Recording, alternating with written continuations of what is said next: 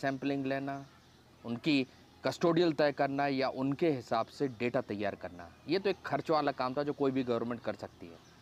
एक दूसरा सबसे बड़ा सवाल गवर्नमेंट के सामने पैदा हो रहा था, वो ये कि उस तट पे लोगों की घबराहट इस कदर हावी हो चुकी थी कि लोगों ने तटों पर जाना, मछलियों को पकड़ना, अपने धंधों को बंद कर दिया था, क्योंकि उन बोट्स को घोस्ट बोट कहा जाने लगा था, भूतिया नाव।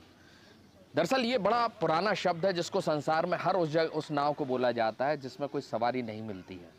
और ये बहुत नॉर्मल घटना है समुद्रों के बीच में कि खाली नाव मिलती हैं, भटक जाती हैं और आदमी भूख प्यास से मर जाता है और उस बोट को घोस्ट बोट कह दिया जाता है। लेकिन जब एक ही तट पर हर साल 40-50 एवरेज ऐसी बोट मिले और सब में कंकाल मिले तो डरना लाजमी था।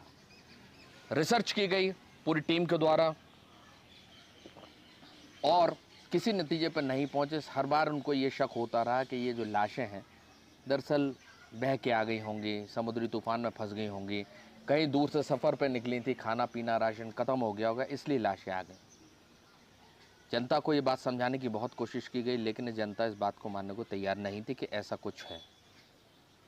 हालत ये हो गए थे कि लोग उस बोट के पास जाने में भी, कोई नई बोट अगर तट पर आती थी तो पास जाने में भी घबराते थे। जांच टीम इस नतीजे पर पहुंची कि ये डर तब तक नहीं जाएगा जब तक एक पुख्ता सबूत जापान की जनता के सामने नहीं रखा जाएगा।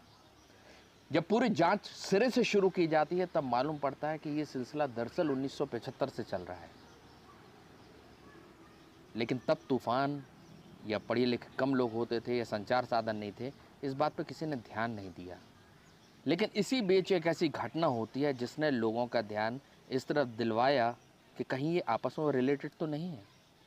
होता कुछ यूं है कि सन 77 से लेकर 83 तक, 77 टू 83